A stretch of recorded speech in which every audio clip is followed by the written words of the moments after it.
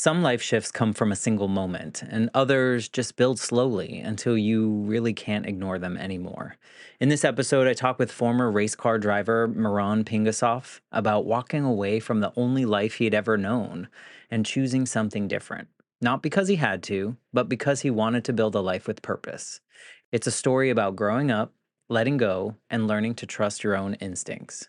And that's when I said, okay, so number one, you could really get hurt doing this. And when you're racing, you're not even so much scared for yourself.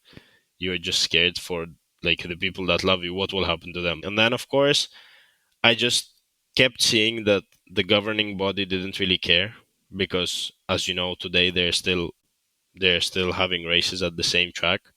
And for me, it was like, well, that's the same thing as I take my car and go drive over a graveyard. So I was like, okay, something has to change here.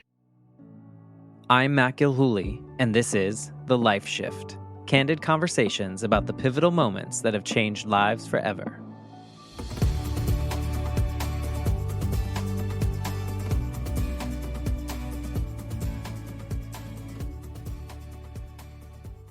Hello, my friends. Welcome to the Life Shift podcast. I am here with Miron. Hello, how are you? Hello, thank you for having me. I'm good. Well, thank you for wanting to be a part of the Life Shift podcast. Thank you for reaching out and pitching yourself to be a part of the show. Yeah, no, thank you for inviting me at the very end. I'm really excited for you to share your story today because I think it will be one that will inspire people to do something, whether that's, kind of nagging at them and they're afraid to do it. So thank you for just wanting to share your story. Yeah. So everything that I went through in life, because I mean, I went through some pretty, I wouldn't say tragic things. I don't know, fortunately, I guess, just things in general that like are not easy, especially when you're younger. And also, I was a kid.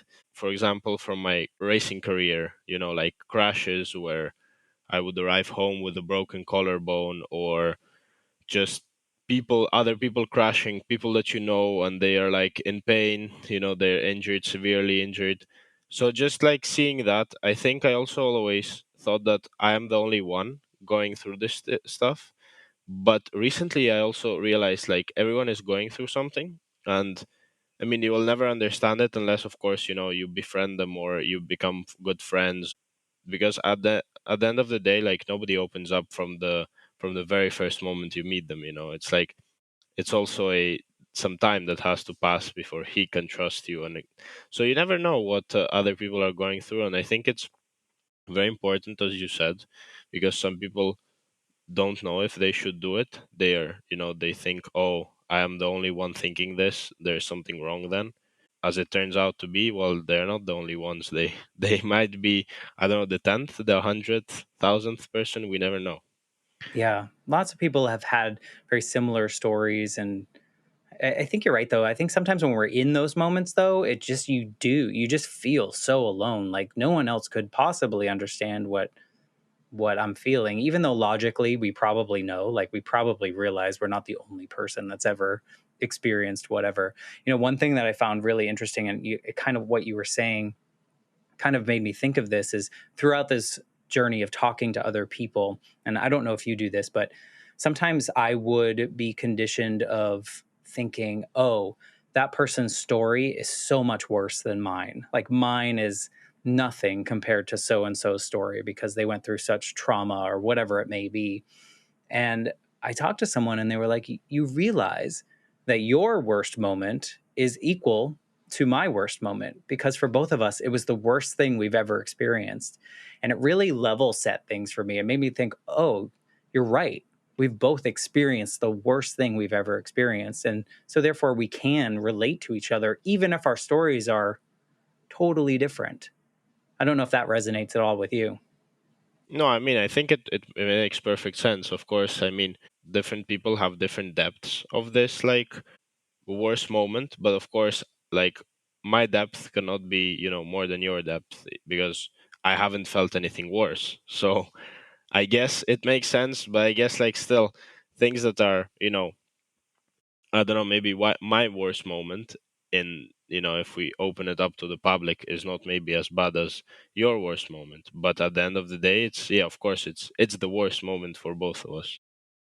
I think sometimes we're just like, oh no, I lost my mom at 8. I can't. It's worse that someone lost their mom at 5. Like, and at that point, it's just pretty terrible.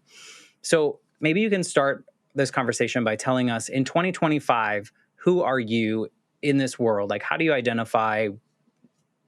Who are you? So I guess the first things that comes, like the first, let's say, who am I is, I mean, I'm a student. I cannot deny that. Like, I'm still in university. I'm still 18, turning 19 and a bit. I've completed the first year of university, so 3 more years to go.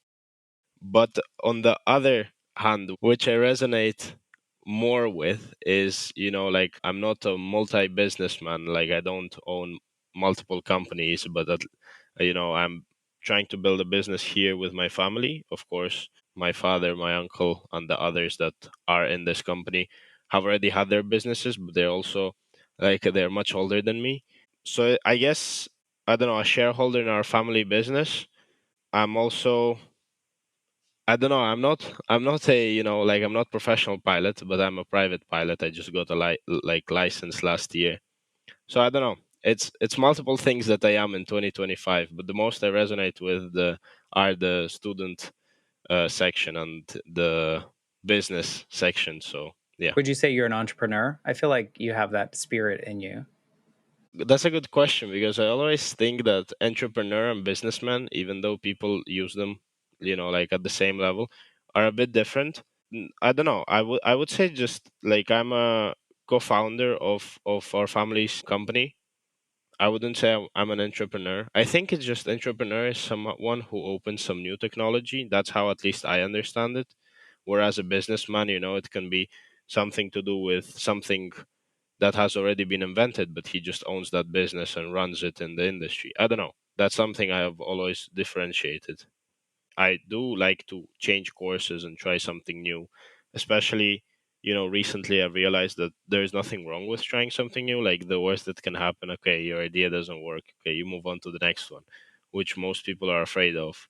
But I don't know. I guess yes. I guess that I do have like this entrepreneurial mind, but yeah, as I said, I haven't invented anything new yet. Well, you don't have to be an inventor. You could just be looking to change the way things work in your own life, and I think that's Yeah. good. I think a big thing that you just said is like not being afraid of failing, because I think, at least for growing up, I was like, failing is like the worst thing you could do. So a lot of the decisions that I made were like, I chose the easy things because I knew I would be good at them, right? And so they weren't challenging. And then I look back and I'm like, oh God, I wasted a lot of time not trying the things that I might be bad at, because I probably would have learned more by messing up and failing at things, right? So from what I've seen from the outside, the very little that I know, it feels like you have some kind of spirit that I would associate with an entrepreneur. So do with that what you want. Yeah, fair enough. So, to get into your life story, maybe you can kind of paint the picture of your life leading up to kind of what we're going to define as the line in the sand of things that have changed. And I think a lot of people listening are like, he's 18, almost 19. Like, how is this possible? But you've had two lives, right? So, Yeah. paint the picture of your life leading up to this change.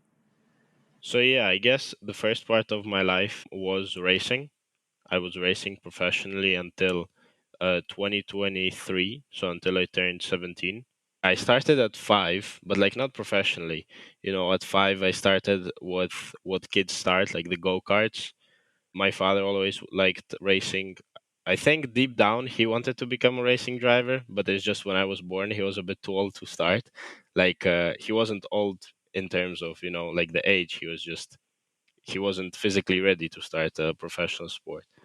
So yeah, and I went all through all the categories. So from karting, I went all the way up to Euro Cup 3, which I don't know, other people might call Formula 3 regional, because there's the Formula 3 that races around the world, and then there's Formula 3 that races only like Europe or, other continents or. When did you start like getting into the professional aspect of it? So the professional aspect, I guess it was when I started racing in Italy, and that was I believe 10. Wow. Yeah, And what are you racing at that time? Like an actual like race car? I mean it's no, it's still a go kart. You're Okay. not allowed to race. I think, well, at least single seaters. I'm not sure about other cars, but single seaters you're not allowed to race until you're 15. And funny enough, I became the youngest Formula 4 driver because I turned 15 like a month or so before the race, and I was the youngest ever F4 driver. But yeah, so from 5 to 15, I was racing go karts, and then from 15 to 17, I raced 2 years in single seaters. I mean, I can't even imagine what that's like. Where were you growing up? Like where were you living at the time that you were one able to do this? And what was your day to day like? Were you racing all the time, or was this just? I mean, it seems like you would have to if you're going to be professional. I mean, so I used to live in Barcelona for those 12 years. We moved also with my mom, not only because of racing, but because of school, and just like more prospects, more perspective if we wanted to move to other countries and, move to a international level of racing. So we moved there, lived there for 12 years. And then to answer your question about whether I was racing every day, well, that's the funny thing about racing. So it's really limited because to make it like really equal, the racing, the federation that controls the like the championships, they restrict your training. They restrict the amount of time you can go onto the track and actually drive the car. So what normally people do, like other race car drivers, we often do gym. I started going to the gym at 8, required a lot of contracts from my father, my mother, for them to sign that a waiver for the gym that I'm allowed to do this with a personal trainer. It was crazy. When you're young, it's just physical preparation and driving. You do get to drive more than you do in professional, like single seaters, because like at the end of the day, nobody knows if you're going to make it professional when you're in karting. And then when it gets to single seaters, that's where the federation really restricts your driving. So you cannot drive on the same track 1 week before the race, things like that. So they really want to equal the field for everyone to have realistic and a fair amount of testing and opportunities.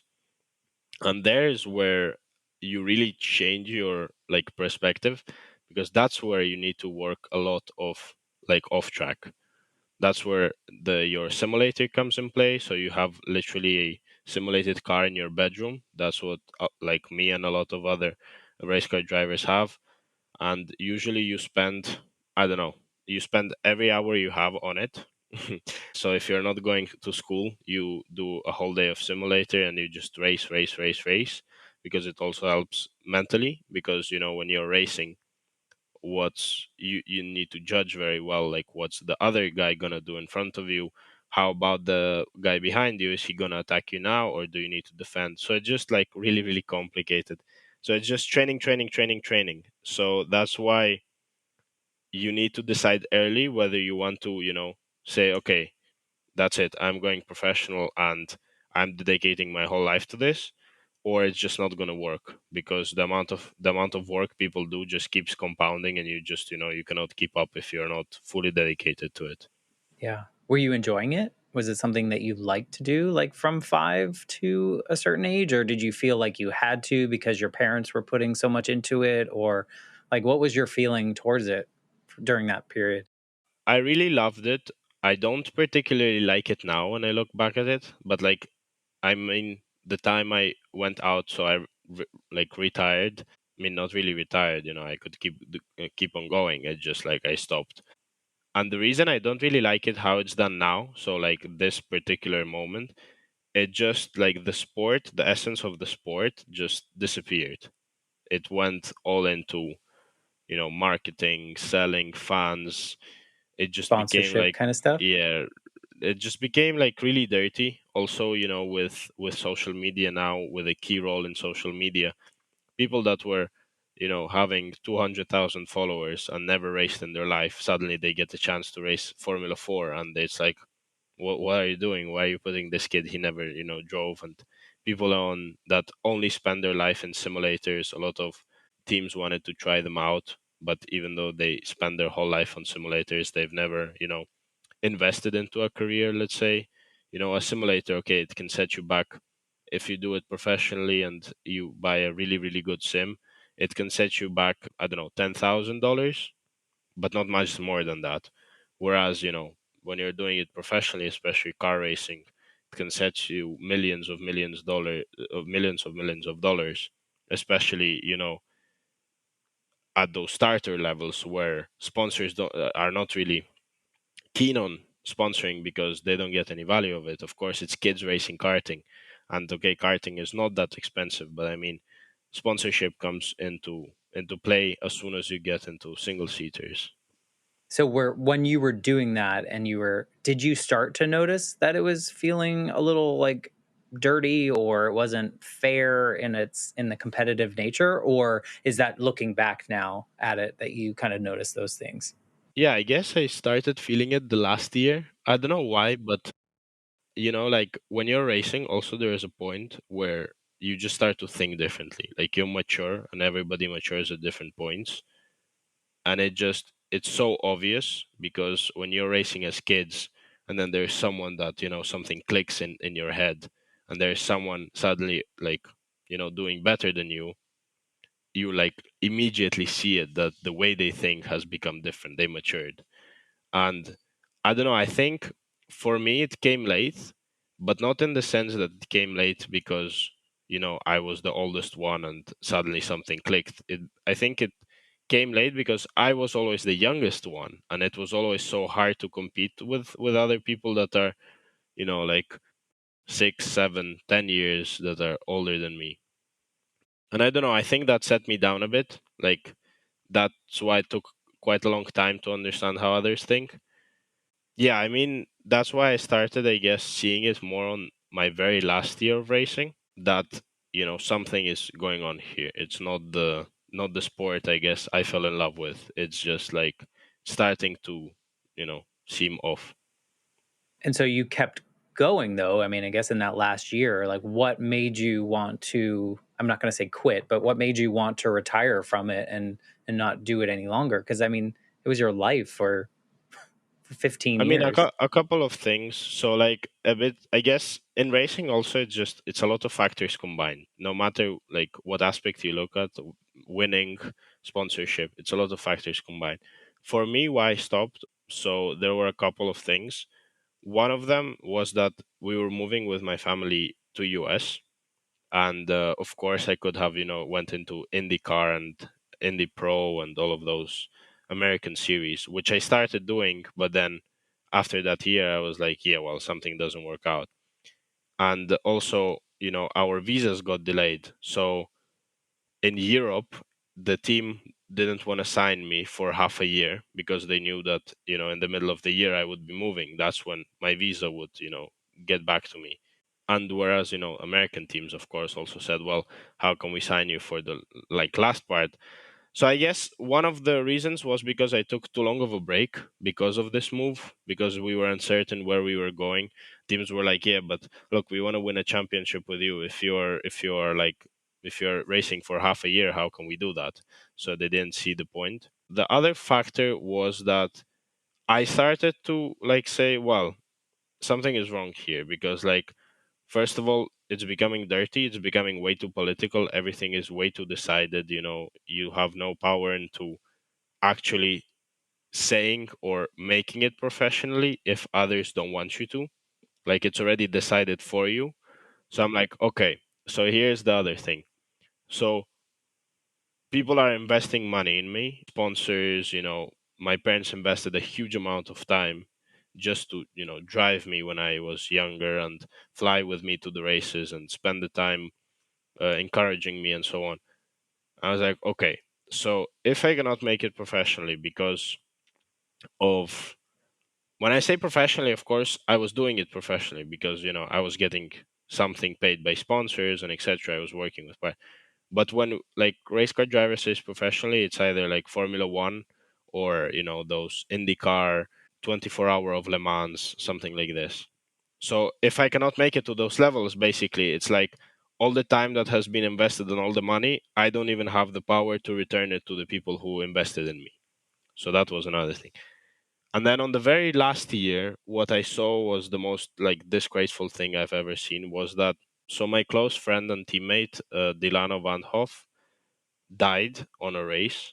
So he crashed in Spa-Francorchamps, which is like the very famous circuit in Belgium, and he crashed in a race that wasn't supposed to be held.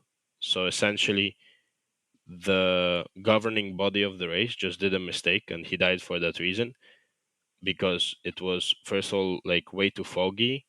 There was too much water for cars to go on track, and it just piled up, and then that's what happened.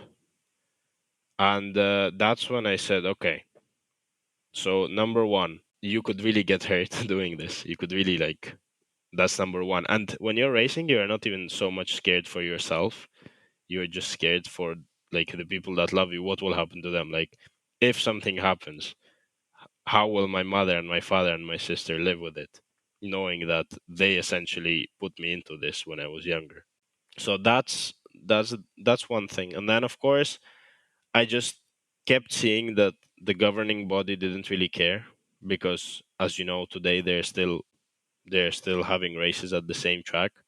And for me, it was like, well, that's the same thing as I take my car and go drive over a graveyard. Like that's not something that's something that's should something that should be done. Like even if you look at it ethically, it's not even about who died there. It's just about like what are we doing here. And the government didn't like the governing body didn't change anything. They didn't change the calendar. They didn't try to adjust the track where the corner where he crashed.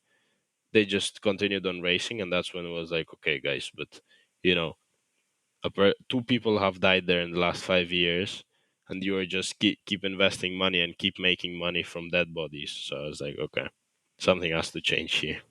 Yeah, you were seeing that it wasn't about you, it wasn't about the love of the sport. It was that they just wanted to make money. It was becoming right. I mean, I'm assuming they held the race because if they were to cancel it or postpone it, they would lose money, Yeah, I would assume. essentially.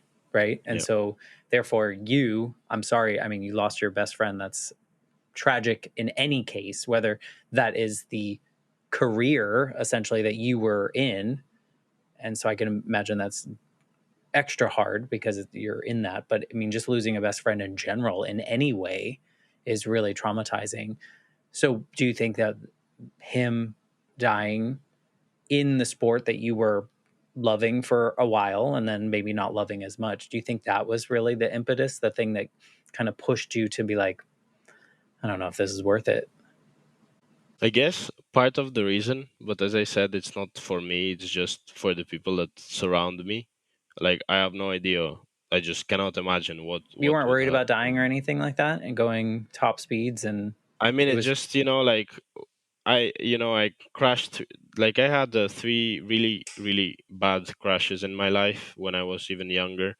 Broke a collarbone. Don't remember what else I broke. Like there were so many, but in those times, like I don't know how to explain it, but people that do professional sports are not like sane people. Like what kind of person goes into professional sport and says like any sport, let's say mountain biking, those trail bikes that you go like really really fast down the hill, like what kind of normal person goes 30 miles an hour down the hill? Like that's not something that comes to mind when you're born. So I guess no, I was never worried if something happened to me. And when you're a kid you don't realize, like that's why also you go to professional sports so early, because you don't understand, you don't have any fear, like you haven't experienced anything. So no, not really, not it wasn't because of me, it was just about the people that surrounded me, but mostly it was just like since we're talking about also what I'm doing now and running businesses and etc. Just from a business perspective it wasn't right, because as I said, if money is invested in you, you have to somehow return it. It doesn't have to be necessarily money, like money for money. but it has to be in some way. It has to be in some advertising way and so on. Everything is so decided and everything is so controlled. It's like it's literally like, the mafia, where you're like, okay, well, it doesn't make sense if, if people are dying here and you could be the next one. You have no chances to make it to the actual, like the top levels of racing, because I don't know who who knows why. Like, I don't know, people don't like you. They think that uh, like whatever, it can just be whatever. Yeah, there are no rules. Yeah, exactly. There are no rules. No, I mean, luckily, some of my teammates from 5 years ago when we were kids have made it into F1. I'm really happy for them, but it was just like not the way to, especially in Europe. Like, I don't know why, but it really, the really political or really like, bureaucratic, let's say, racing, what like is in Europe. Like over the years, like it started evolving in Europe more and more, like Formula One, Formula Three, Formula Two, and so on.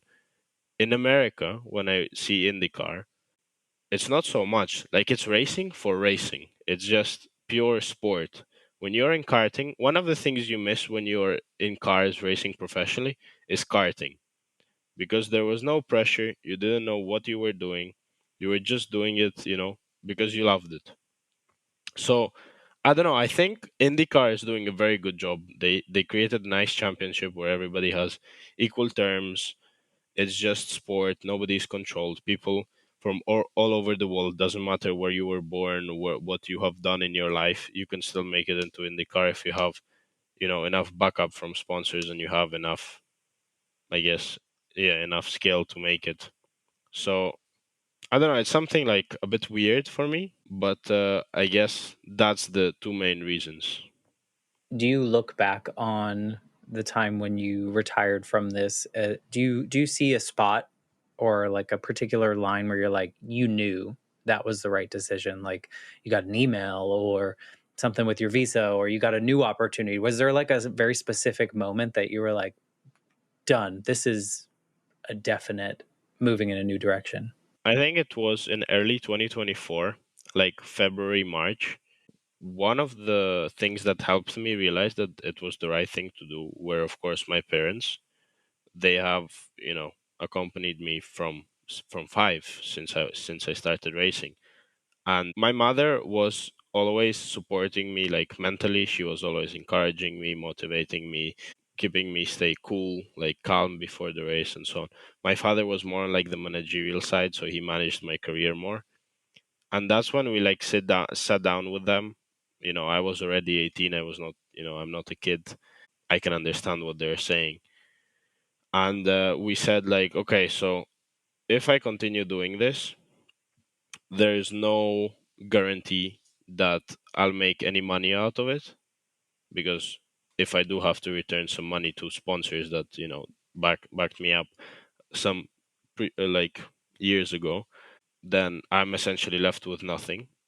There is this chance that I might really hurt myself, die, or whatever, and then there's a chance that I might make it to a good level, but then people just say, "Oh no, now we don't want you," and bye bye. And then what do I do? Like when you're in F1, you're already 22. You cannot go. I mean, you could go back to university, but that's not the tendency. Like the tendency to go to university and start working and so on is when you're 18, not 22. You do not restart your whole life at 22. Like that's very hard to do. It's possible. It's just very hard to do. So it was a conversation essentially like there's a better chance of you having some kind of real plan, if you will, of like going to school, getting a degree in whatever you're interested in, and continuing the business minded part of you rather than taking a huge chance. Yeah, it was like pinpointing idea. Exactly. That's like what they called it. They said like, you want to take this huge chance? Fine, we'll support you. But like, what will you do after? We don't know. So they just help. Like when you have a mentor, let's say, he doesn't tell you what to do. He just asks the right question, and you just need to figure it out. So that's exactly what they did. They just asked the right questions. They said, you know, these three things are that can happen, and these three things that are cannot happen, and you choose. Like, you have the power to choose. You're not, you're not a kid anymore. You are legally old to make your own decisions. But I think that a lot of people would sit with their parents in that same type of conversation, and they would be inclined to choose what they thought their parents wanted them to choose. Did you not have any of that? You were just like, I am an independent person and I can make these decisions? Or did you choose something because you thought this is probably what they want me to do?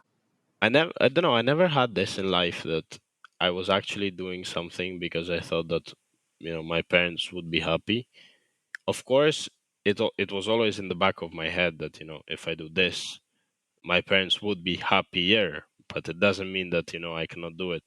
Like, it starts from everything. Like, I didn't go into racing because my father loved it. I went into racing because my father loved it. But when he took me there, I loved it. I stopped the sport, of course, because they pinpointed these ideas and they said they were more towards me stopping the sport rather than continuing, but they weren't like against it. And of course, there's some part that plays there. You're like, okay, well, my parents want me to do this. It's probably for the best. They lived a longer life. They're more experienced. By the end of the day, of course, I could have continued. Nothing was stopping me. Like, I could have said, okay, if I don't want to do single seaters anymore, I go into, prototype cars or just GT cars. Like, nothing was stopping me. But at the end, I guess, it actually went into my mind what they said. Like, they said, you have more chances doing this. Like, luckily you are smart. You went to high school. You haven't stopped school when you were racing. Most people did. You can still go into university. You can work by your own. You can start working for a paycheck. You can do something with us. You can start your own company. Like, there's no limits there. Great. I don't think a lot of people have that. I think you're lucky in that sense of that you grew up with the autonomy to make those decisions. I think so many people, I think you're in a unique bucket. I think there are a lot of people Like, that that's the funny part. I don't really realize that sometimes when people mention it, I'm like, well, yeah, it's true that I'm lucky to have this, but at the same time, I don't see, like, one of the reasons I also wanted to join some podcast is to tell people that, like, there is nothing stopping them from doing something. no, usually it's the person Yeah, stopping themselves. yeah, It's our brain. exactly. Like, yeah. So I guess everybody can have that, but of course, there's always factors that will contribute to you going in one direction or the other. In my case, of course, my parents helped me see the bigger picture. Like, I was always focused on racing. I was like, oh, no, no, no, no, the other things are bad. I've dedicated so much time to it. They're like, look, that's like one way. In life there are different ways that you can go. Like, luckily you have the opportunity to do that. You don't need to stick to one thing, and if you fail, then there's nothing left for you to do. So I guess they did help me, but I guess it was still more of my own decision rather than my parents.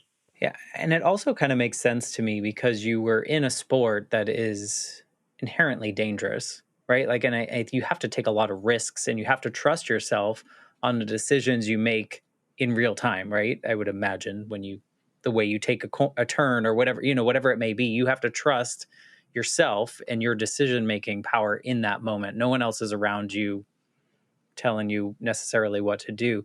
So I think it kind of makes sense that you naturally feel that that is just like, yeah, we can make our own decisions, we can do those things. But so many of us grow up in this protected way, in a sense where we're, bad things are bad, like they're really scary and you can't do them, where you were already living this like scary decision making life. And so to me, from an outsider's perspective, it kind of like makes total sense that you feel the way you do and you take action in the way you do because of, for 12 years, I mean, from 5 years old, like, what do you remember before you were five? Not too much, Yeah. right? So, like, since you can remember things, you were taking chances and trusting your own instincts in those ways. So it makes sense from an outsider's perspective. Yeah. But also, like, it's really funny because people don't realize that. Mm, I don't know how to put it, but people don't realize exactly this, that at the end of the day, of course, everybody comes from a different journey. Like, of course, for me, now it's easy to say, oh, just make your decisions by your own. Nothing bad will happen. Of course, I mean, if you make a decision to go out at night into a, into a street that you don't know and something bad happens to you, well, that's not a very smart decision. What I mean is, like, if you have one decision to go one way or the other, do it yourself and actually be accountable for it. And that's the way you will learn most. I was accountable for leaving racing, and even, of course, now I say, okay, yes, I do miss it, but I see how much more perspective I have in other things. So I don't know. I guess it's a matter of wanting, so wanting to do something by yourself, and it's a matter of discipline. So discipline, as I said, does not mean doing things when you're motivated, and that's like really important because discipline means that no matter if you're motivated or it's raining outside, you're still doing it and you're still trying to make something happen. That's, I think, what will, or I think that will lead to, success in one way or another. Because also success can be very subjective. If if you make a decision yourself and you have never done it before, well, that's success. You know, it's also very important to celebrate small things in life, which Yeah. usually people don't do. Well, I think your life also was a bunch of proven reps after another, right? Like I feel like many humans, I think we need to see that we can be successful when we take chances. Like we took a new chance and it didn't go terribly. So like maybe we'll do it again. And like your life was that because you were taking these chances every time you raced and things worked out or they didn't and you learned something and then you took another chance and it worked out or it didn't, like and you had all these reps over so many years and I think that's kind of what you're what you say related to discipline is like you just got to do it and you just keep putting in the reps and then it just becomes like this second nature aspect of your life in which you're like, oh, that's new, seems a little scary, I'll try it. Whereas before maybe you're like, I've never done anything scary, why would I even try that? So I think there's something to be said about being able to truly believe that you're safe in whatever decision you make. Not literally safe, but like you can find success. Of course, yeah. No, I mean, it's also like it's very hard to put it like to people, to actually tell to people, like, don't be scared, nothing bad will happen. You won't. That just makes them more scared. Yeah. But I mean, like, you cannot tell a person, well, go try this, you won't die. Well, of course, maybe you don't die, but maybe you lose your money and then you cannot live or something. But also, like, I think even though I don't particularly like the way racing is done now, especially how it's organized, I still think that the sport itself, if we look at just at it as a sport, it's like really elegant because it mirrors perfectly the life, like not the life, but it mirrors perfectly like anyone's life. Because as you said, like I was always making decisions, and in my case, when I was racing, it was, well, do I take this corner? Do I brake like 5 meters later? And there's the risk that I might go into the wall, and that's a big risk because if I do go into the wall, first of all, I break the car, so my sponsor has to pay more money, or I get hurt, and that's a very big risk because then I essentially cannot race. My team might cancel the contract if I cannot, recover in time for a few rounds or so. So there's always risk, but it's like about embracing it. Education costs money, like whatever education. I'm not talking about university or high school or whatever. I'm talking about education costs something, and that risk, it's what it costs. So if I learn how to take a corner faster, the risk I'm paying is that, of course, I destroy the car, and essentially somebody has to pay for it. The risk you take in life when you're doing business is, well, if I screw this up, then I might not make any money. But that's the time you learn most. Like that's the thing. This my friend used to say, the one who crashed. Delano always used to say, "I love winning, but I don't learn from winning as much as I do from losing."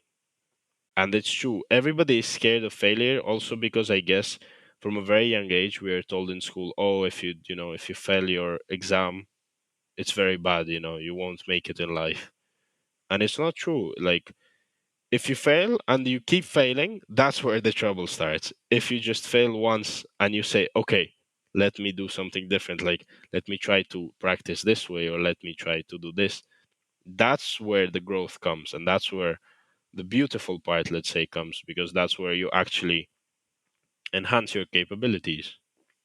Yeah, no, I agree. Do you think?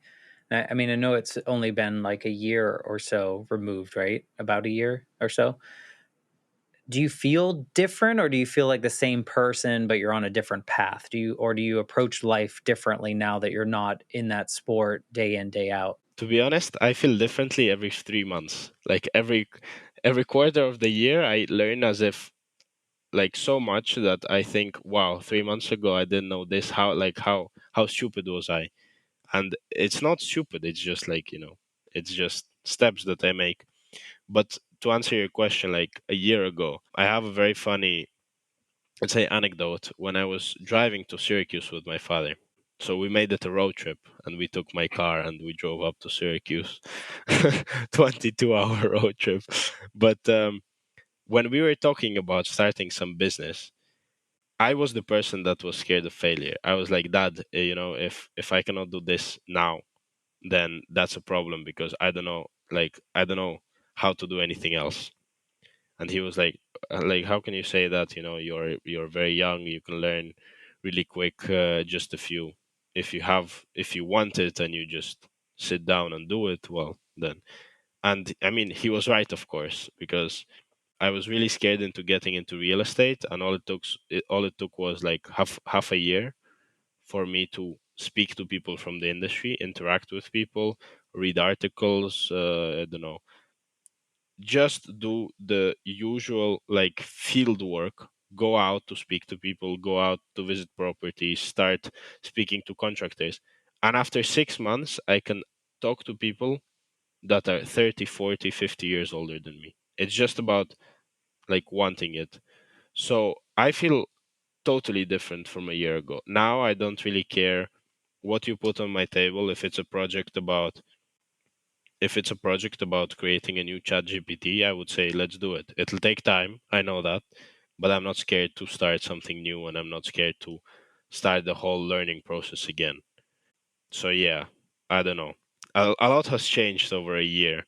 Like I don't think that's also a normal, let's say, distribution of how things, like how fast things move for me. That's definitely also, I guess, it cannot be that healthy to move that quick through life.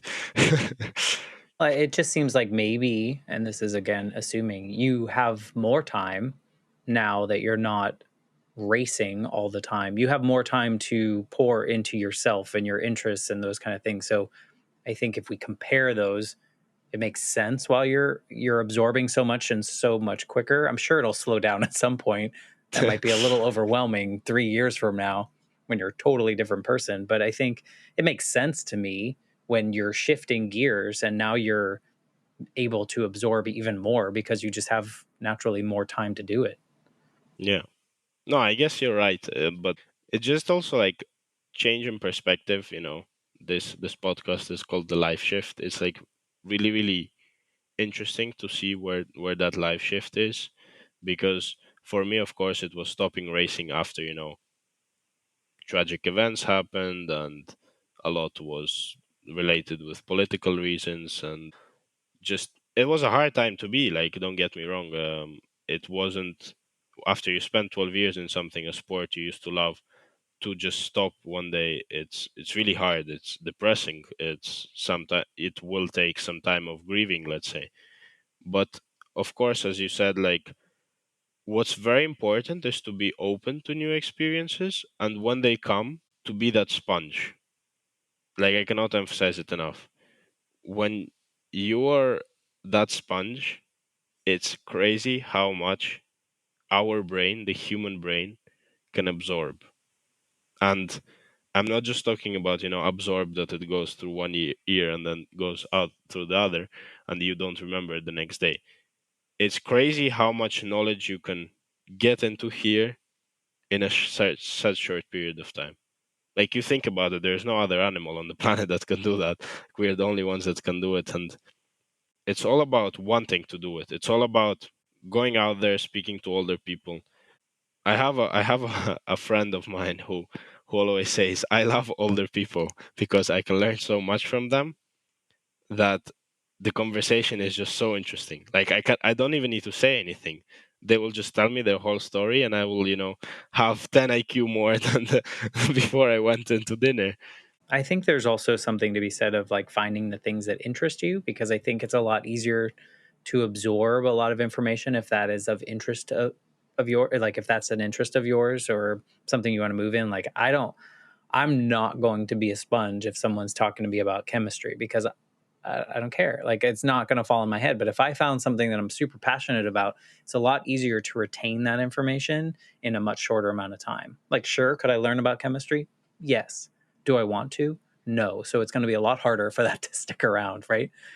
When you look back at your journey, I think I know the answer to this, but when you look back at your journey, would you do anything differently? Or did this play out in the way that you think is most appropriate for you? Yes, I'd be that sponge again. When I was younger, it just like I always said no. I didn't say no. I just, as you said, didn't listen to people. It's like, oh yeah, yeah, I know better than you. Oh yeah, yeah. And even though they were people older than me, actually trying to help me, even though they weren't racing drivers, I never actually listened. Oh, And that's really? one thing. Yeah, it's crazy. You were kind of like in your own lane, no pun intended.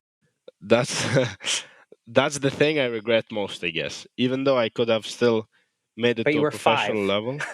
You were Yeah, but 5. it's not even about five. Like also, if we look at it recently, like even at 15, I was the same kid that just said no to other people and just, oh yeah, yeah, okay, okay, thank you very much. I know what I'm doing. That's what I regret most, and it's so frustrating because even though I could have, even with this mistake, I could have still continued on racing. It's just crazy to think how much further I would have been already. Maybe. Or you wouldn't have liked it and you would have continued, like all sorts of things could have happened. You could have been listening and then realized at 7 that you didn't want to race, and then you went, like who knows where life would take Yeah, yeah. us. Also You true. also you were a kid, and the nice thing is that you've come to this realization a lot earlier than most people, at least most people in America will come to, right? Like I feel like when I really started leaning into the things that I wanted to do, that I was passionate about, even still I struggle with it, but I was like in my 30s. So like you have decades on me of all the things that you can learn and move through. I can't imagine a young kid coming to you when you're 40, 50 years old and all the information that you can impart on them because you started and you learned this lesson so early. Like I'm sure you don't even want to think about that far from now, but like you're going to be the person that wants, like the person that wants to be a sponge, you're going to be that person they go to because of all the things you're doing now. So good on you for learning Thank that you. early. So don't have those regrets. I think your path, I think all those decisions brought you to this version of you, in my opinion. Yeah, of course. No, I mean, like, of course, it's everybody has their own life and everybody will live their own life. But you always look back, which you technically you shouldn't, but it's a human emotion and not you cannot do, like, you can't do anything about it. And you always think, well, in the hypothetical scenario that I did this, then I would have become this, or so. It's always like you have to control it a bit. It always comes back to you, and it's always you realize the mistakes you did, and you were like, oh, I was so dumb. But those mistakes eventually led to who you are today. Yeah. What if, do you think you would tell like the 15-year-old version of you that was like getting into the racing at that level, anything you right now would say to him about like what's coming next? Yeah, Get I out. would say no. I would say if I wanted to for that 15-year-old to continue racing, I would say start speaking to more people and shut up when older people are telling you something.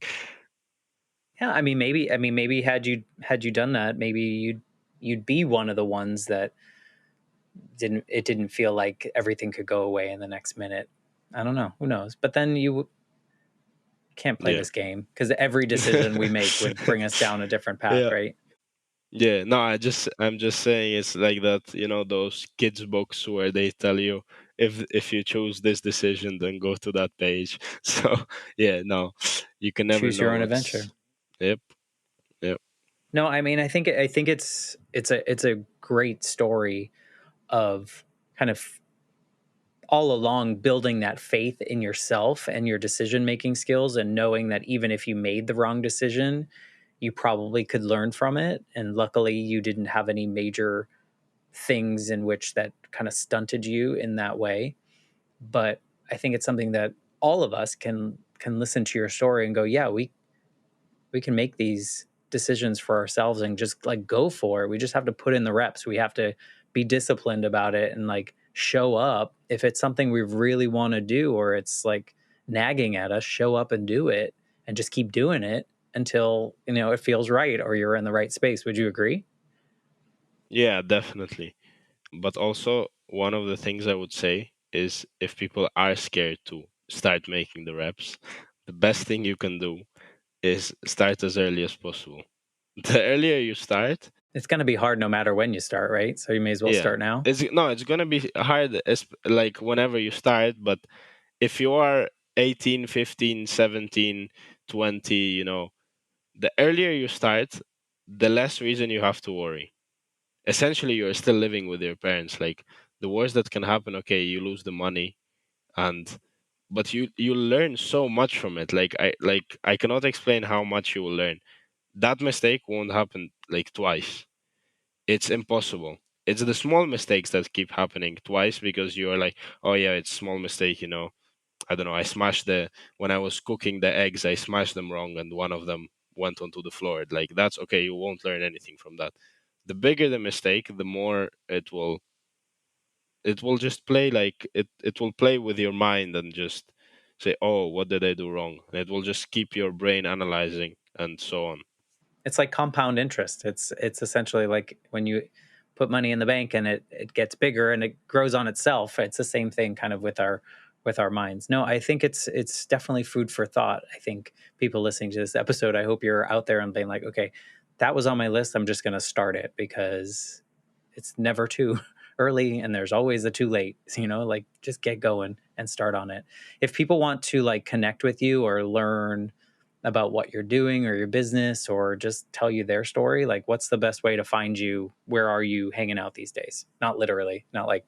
Yeah, the cafe next corner. No, no, I'm most active right now on LinkedIn. Never liked LinkedIn when I was racing. I don't know. I love it now. I guess it's also part of this maturing and growing up. So always like I'm also the type of person that will not like never leave a person ignored. Like if somebody writes to me, I won't just say, oh yeah, I'm too good for them. Like no, no, nobody is too good for that. I'll always write an answer, even if it's short or I'm busy. I'll say like, look, do this or do that, or just give me a minute. I'll respond to you a bit later. So I guess LinkedIn is the easiest. Also, LinkedIn, you don't have to know my email. You just need to know my profile, and then you just message or whatever. I think it's right now. I think it's like a wonderful. I never liked it, but I will now. It's like wonderful to actually network because also it's done for that. Like nobody will judge you for writing a text. The worst that they can do is not reply, which they shouldn't. But I mean, everybody takes their own decisions and makes their own decisions. Yeah, no, we'll put that your link to LinkedIn in the show notes so people can find that, connect with you. I encourage them to do that or at least follow you and see what's going on in your world and follow your journey through the next 3 years of school. And then who knows what comes after that. But I'm sure you'll be doing stuff in the in between with your business and whatnot. So thank you for sharing who Hopefully. you are and what you're doing. I think there's something to be said about us older folk learning from younger folk like you. So thank you for sharing your story in this way. No, thank you for inviting me. It really means a lot also to be able to share. Just also like, I don't know, it just, giving back to the world, I guess. Well, you're doing it. I mean, one podcast at a time you can do that, but also just in your general world talking to people, I think that's such a good practice that some of us are not as, not myself, but a lot of people are not used to just talking to anyone about things and learning from each other. Our stories have so much power and we don't really realize it. And also, the parts of our story that we think are the most powerful might not be the things that people resonate with. They might resonate with the little tiniest thing you said. And so I think there's a great practice that you're putting into the world by just talking to people and not just surrounding yourself with a bunch of your college friends or whatever it may Yeah. be. It's important to learn from people from all walks of life and different age groups and whatnot. As we said, you never know someone's story. So there's You always don't. something to learn. And Yeah. someone could be listening to this 5 years from now and learn something from your story. And here you are 5 years from now, who knows what you'll be doing and why you'll be doing it. So there's such an impact no matter when someone hears your story. So again, thank you for that. Thank you everyone for listening to the Life Shift podcast. It has been a healing journey that I never knew I needed.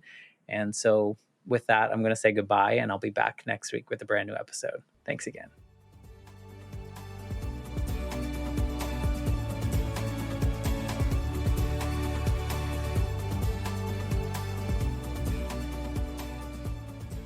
For more information, please visit www.thelifeshiftpodcast.com.